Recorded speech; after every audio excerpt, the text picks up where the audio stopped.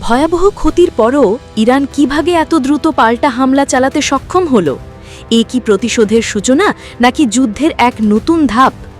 জবাব দিতে দেরি করেনি তেহরান। গোয়েন্দা প্রধান নিহত হওয়ার মাত্র কয়েক ঘণ্টার মধ্যেই ইরান মাটি থেকে আকাশে ছোড়া অন্তত ২৫টি ক্ষেপণাস্ত্র ইসরায়েলের বিভিন্ন সামরিক ঘাঁটি লক্ষ্য করে নিক্ষেপ করেছে বলে জানিয়েছে আন্তর্জাতিক মিডিয়া।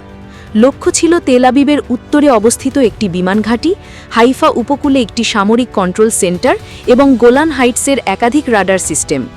ক্ষেপণাস্ত্রগুলো জোলফাগার ও সেজ্জিল নামক উচ্চ ক্ষমতা সম্পন্ন ব্যালিস্টিক মডেল বলে ইরান দাবি করেছে।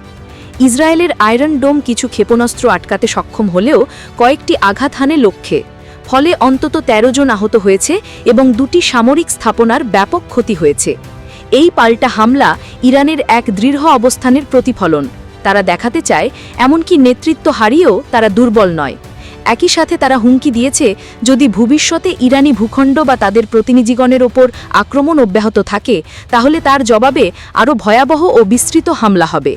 বিশেষজ্ঞদের মতে ইরানের এই দ্রুত প্রতিক্রিয়া কেবল সামরিক সক্ষমতার প্রদর্শন নয়, এটি একটি মনস্তাত্ত্বিক যুদ্ধ যার লক্ষ্য ইসরায়েলি প্রশাসন এবং সাধারণ নাগরিকদের মনে আতঙ্ক সৃষ্টি করা। এখন প্রশ্ন হল, এই প্রতিশোধমূলক পাল্টা হামলার পর কি দুই দেশ সরাসরি এক পূর্ণাঙ্গ যুদ্ধে জড়িয়ে পড়তে চলেছে, নাকি আন্তর্জাতিক কূটনীতি আবারও হস্তক্ষেপ করে পরিস্থিতিকে নিয়ন্ত্রণে আনবে? আপনার মতে ইরান ইসরায়েল এ সংঘাত কি শুধুই প্রতিশোধের খেলা, নাকি এর পেছনে রয়েছে বড় কোনো ভূ-রাজনৈতিক পরিকল্পনা? আপনার মতামত জানান কমেন্টে। এরকম আরও গুরুত্বপূর্ণ নিউজ পেতে সাবস্ক্রাইব করুন এখনই।